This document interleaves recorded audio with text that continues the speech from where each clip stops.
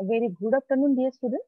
Okay, so previously we have seen the priori algorithm, how it is executed, how to find out the frequent item data set from the given transaction data set. Okay, so according to that, we have to write the a priori algorithm here. So first of all, we have to generate candidate item set of size k. Yes, we know that we have to find out the particular item and check how many times this item is present in given data set, and according to that we have to create candidate set. Okay, this is C of k, we can say.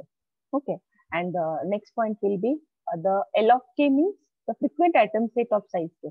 After pruning method, we have to generate the frequent item set. Okay, means the particular item set is value, frequent count of that particular item set is below of minimum support, then we have to prune that step, or either we can say we have to remove this transaction from the given data set. Okay, so that's why we have to concentrate on L of k, that is frequent item set of size k. Okay, so these 2 points are very important. So a priori algorithm is what? L of 1 equal to what? Frequent items. Okay, so this is what actually, this is a frequent item that we need to find out. So we have to start again in algorithmic way. We have to, this is actually the frequent item set. Okay, so k will be start from 1 up to the k size of k we can talk about. Okay, it's not a null. जब तक वो null नहीं आ रहा है तब तक हमें क्या करना है? We have to generate the candidate set here. So we have generated C of k plus 1 equal to a priori generate.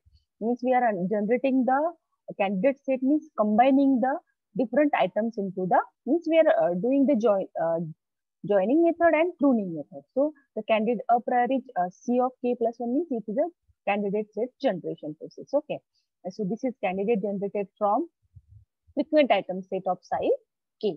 Okay, now for each transaction in T in the database, do what we have to do.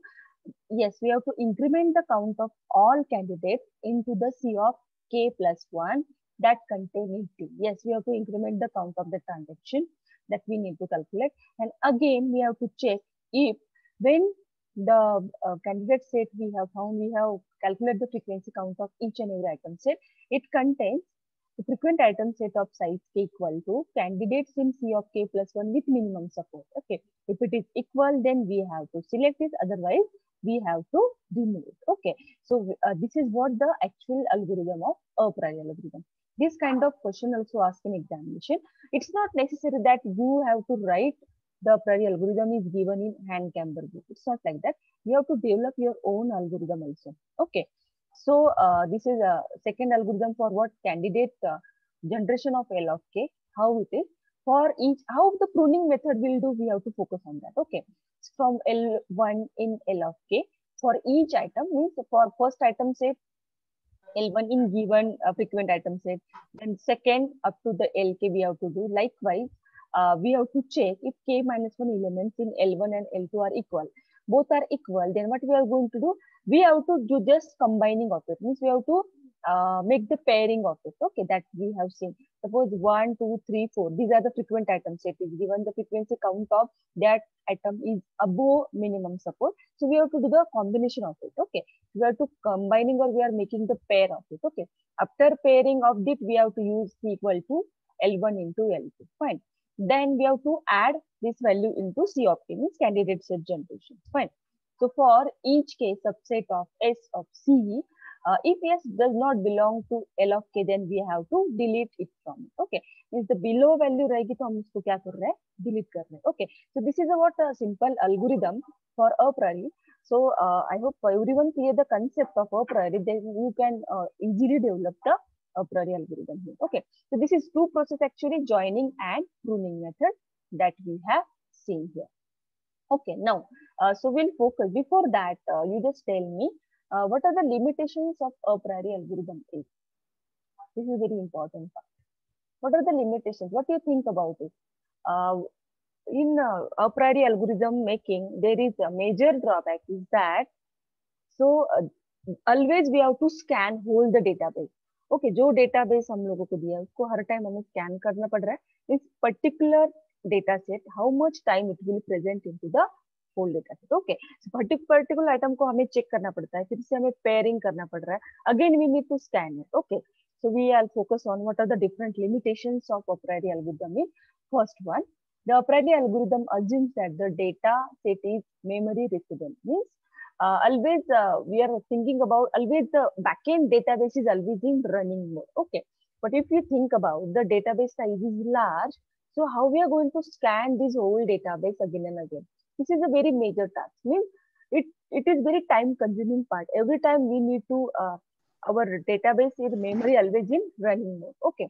Second limitation, the maximum number of database scans is one more than the cardinality of largest item set. Yes, always we have to scan this the database. Means a priori needs multiple scan of the database to check the support of each item set generates, and this leads to a highest cost. Yes, this is the biggest limitation, or we can say drawback of a priori algorithm. That is, we have to scan the multiple time we have to scan the given database here for check the support of each item set generated, and this leads to the highest cost. Okay, so every time it's not a easy task, it's very time consuming task to scan whole the database. Okay, so this great drawback is overcome by whom the next algorithm, that is, these are the limitations of a priori algorithm.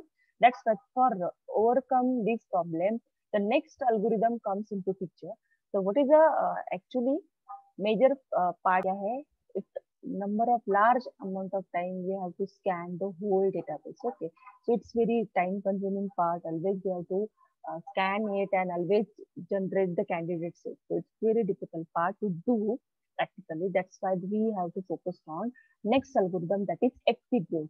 So FP growth means what? It is the, no doubt this algorithm is a improvement to the a priori method algorithm. How it will improve the a priori algorithm? We'll focus on. FP means frequent pattern growth algorithm. Okay. A frequent pattern is generated without a need of candidate generation. Yes. Without making the pair, we are going to find out the frequent pattern here. Okay. So this is the second, this FP growth algorithm overcome the drawback of a priori algorithm. Okay. So the first point with it is the improvement of a priori. Second, a frequent pattern is generated without the need of candidate generation. Okay, there is no need to generate the candidate set.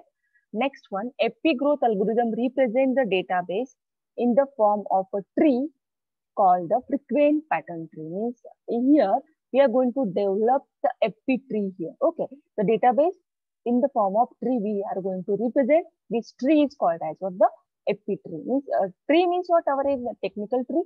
That is, there is a root node and there are number of childs are there. Okay, so this type of tree will going to form it. Okay, so what exactly the frequent pattern tree is? Okay, so what exactly the FP tree? Just concentrate. The frequent pattern tree is a like a tree data structure that is made with the initial item set of the data set. Yes, so initially we are going to so first transaction में data set दिया जाएगा, उसके ऊपर में हम लोग FP tree generate करने वाले हैं. Okay, the next important part, the purpose of the FP tree is to mine the most frequent pattern. Yes, we have to find out, we have to extract most frequent pattern from the given data set. Okay, so in it works as a similar as a priori algorithm, but we are representing the data set in the form of tree structure, that we are going to see how the FP tree is generated using particular example. Okay, and each node of the FP tree represents an item of the data item set. Okay, so how it will represent, that we need to see. The root node represents, very important part, root node represents null while the lower nodes represent the item set. Yes, always remember that for FP tree the root node always null, root node of tree is null, and other lower nodes will be the, it represents the item set. Okay, so how? We'll see one by one. Fine. Okay, so this is one example of frequency pattern tree, FP tree. Okay, there will be the value is given, support threshold that is 50%, confidence threshold is 60%. Okay, so we have to calculate the minimum support here. Okay, so my question that is how to find out the minimum support, and given the support threshold value that is 50% means 0.5 it is a support value, and we have to divide 0.5 divided by total number of transaction is 6. That is the value will be what? The value will be 3. Means minimum support value is 3 here. Okay. So here is one table is given, that is transaction table is given here. Fine, everyone. Okay. So this is the transaction data set is given, that is T1, T2, T3 to how much total? Total T6 transactions are given, and this is the list of items. These are list of items, that is first transaction there will be I1, I2, I3 is present. In second, I2, I3, I4. Third one is I4, I5, and at T4 the next one is will be I1, I2, I4, and T5 is I1, I2, I3, I5. Like this, the total 6 transactions are given. Okay. So according to that, what is the first step?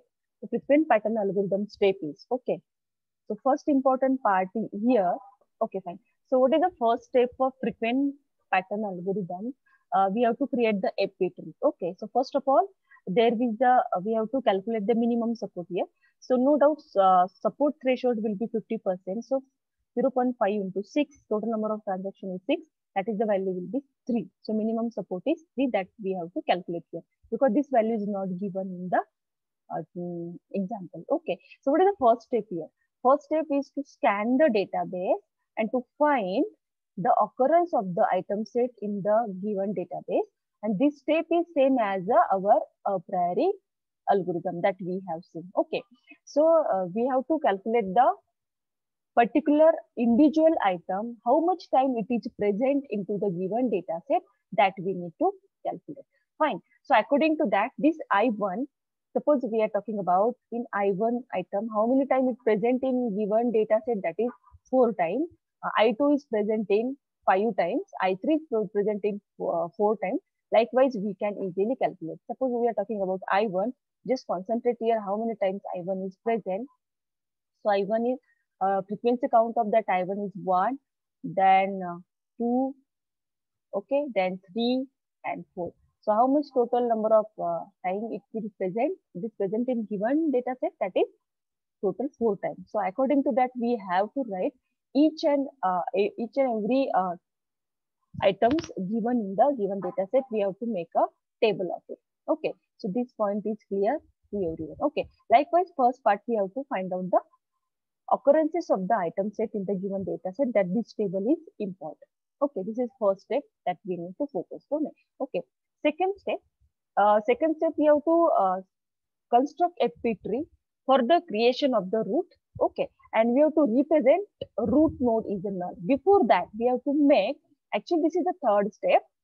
We need to focus on that. The third step is that we have to scan the database again, and we have to we have to make item set with the maximum count is taken as a top value. So जिसकी maximum value है frequency count की, we have to make it as a top, and the next item set with the lower count, and so on. Okay. So according to that, we have to sort the item set in ascending order. Okay. So second step, actually this is what we have to arrange this item set in descending order. Means maximum value जिसकी है, let's say I2 की value कितनी है 5, तो I2 first आया, then I1 4, then I3 likewise.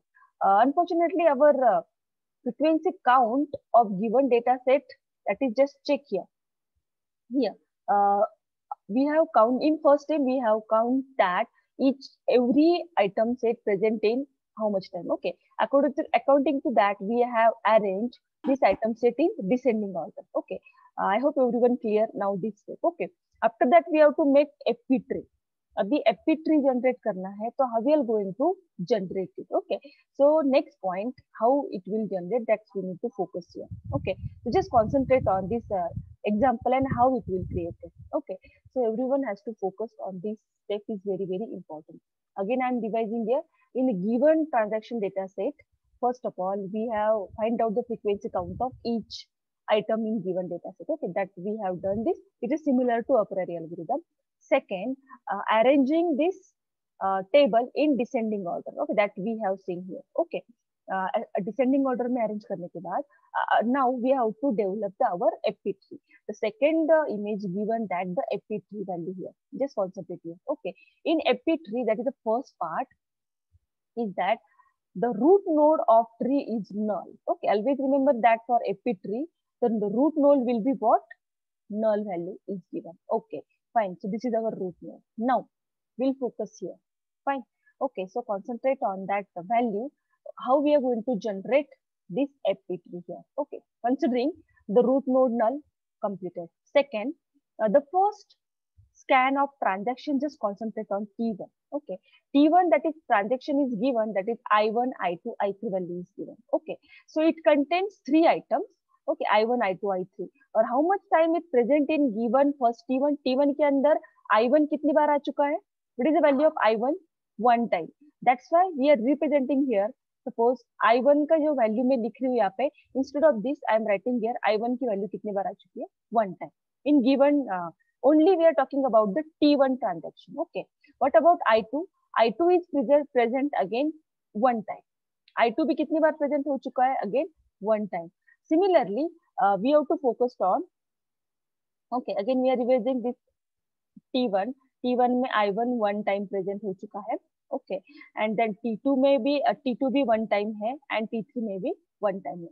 The sequence of that elements is it's not I1, I2, I3. It is I2, I1, I3. Just concentrate here. Why it is I2, I1, I3? Because always remember that tree is a hierarchical data structure. Hierarchically, we are representing it. It is having a two childs. We can say that it is a binary tree. There is two childs are given. Okay.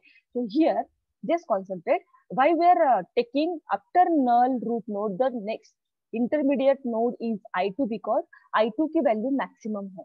I2 number of count present in the given transaction set, that is 5, because we have arranged our data set in descending order. Okay, that we have seen now. Clear? Yeah, clear हुआ? That we have seen previously. The very important part is that that is just concentrate. This I2, the decreasing order में I2 में सबसे greatest value है. That's why it is come at the top. Okay, it is in first value in given sorting table. Fine. So according to that, that's why we are talking about the first transaction set. That is, the first transaction set will be T1. T1 having I1, I2, I3. इसमें से सबसे largest number of transaction किसके है? I2 के है. That's why we are representing I2 here. Okay, but we are talking about only T1 transaction. So T1 के हिसाब से I2 का यहाँ पे सब कैलकुलेट करने के बाद ये एपी ट्री बनी है, बट हमारे हिसाब से उसका काउंट क्या आ जाएगा? 1. Concentrate here. The first value of I2 will be 1. I2 के बाद कौन है? I1.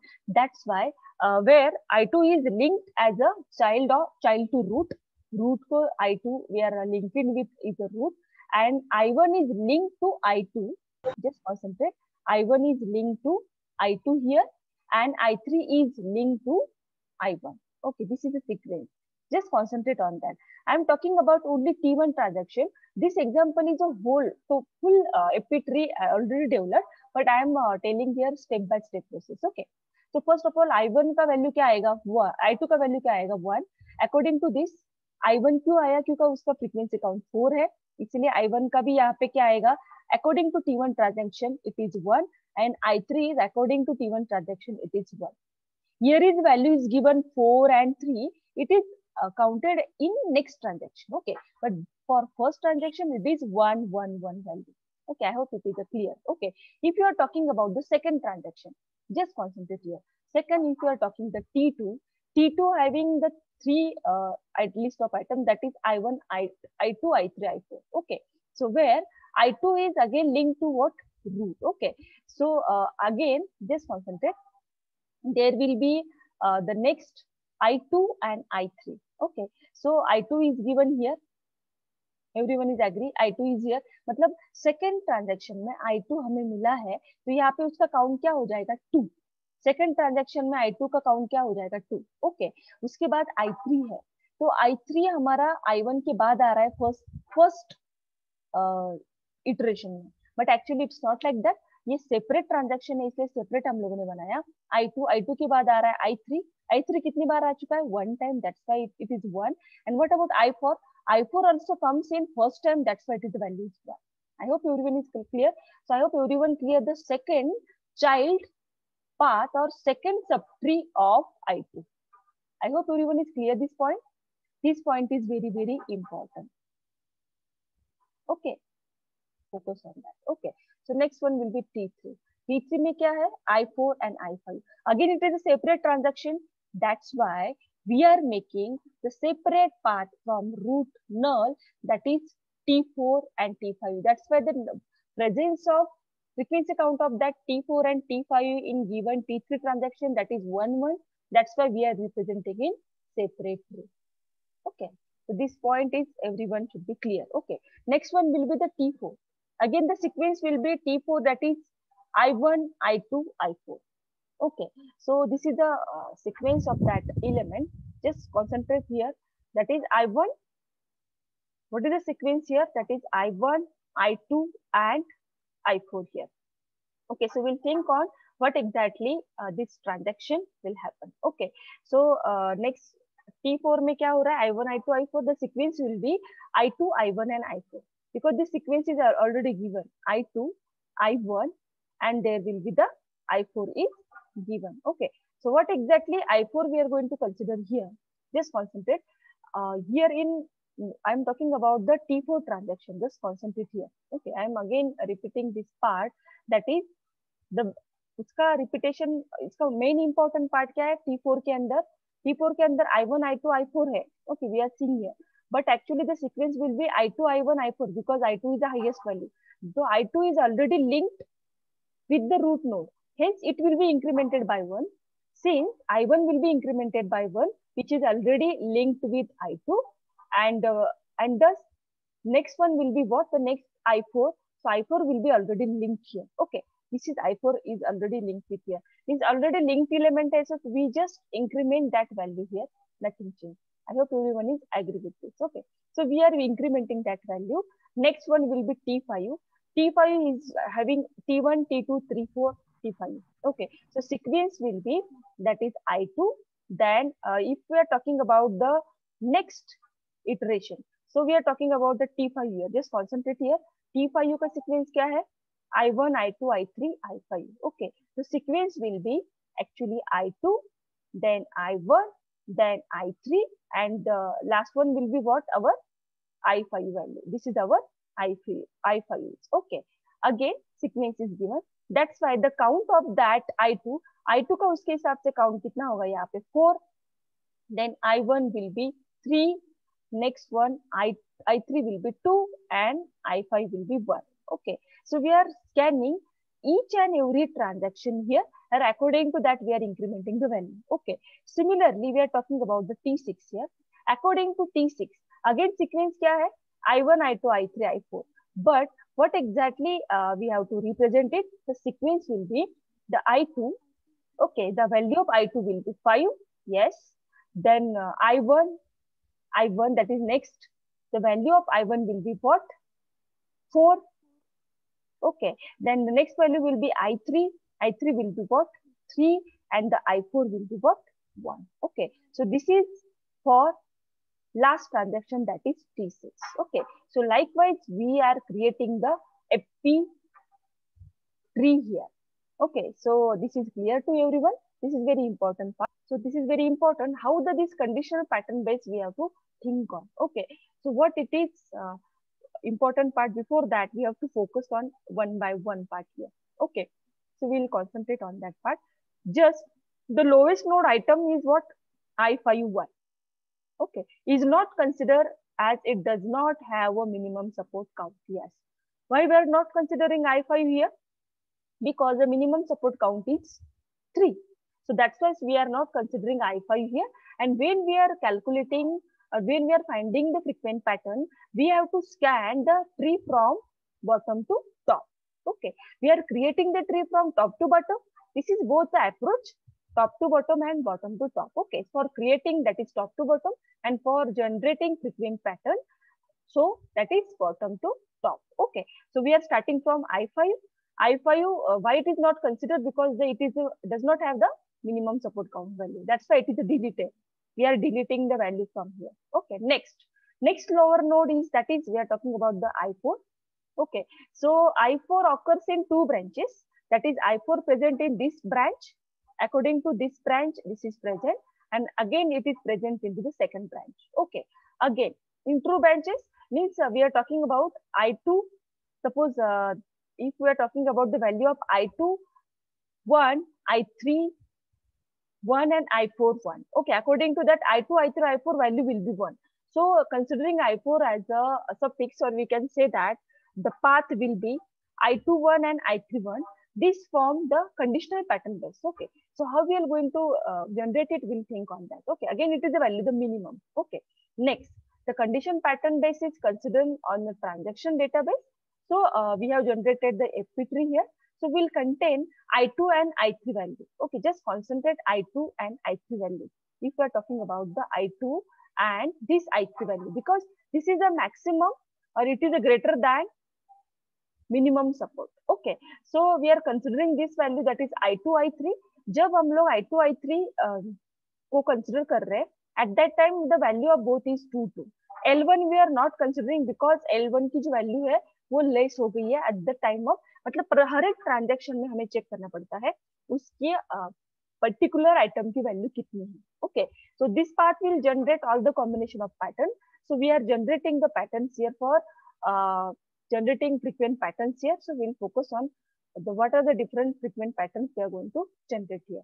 Okay, so just concentrate on that point. That is next part will be this is what the frequent patterns we are generated. I2, I4 just conditional pattern based. These are the values we have here given. कौन से item set में, कौन से transaction में, just check here I4. I4 we are talking about. I4 के बाद conditional pattern based क्या था? That is I2, I1, I3 उनकी value 1 थी, I2, I3 that is 1, and here is I2, I3 that is 2, 2.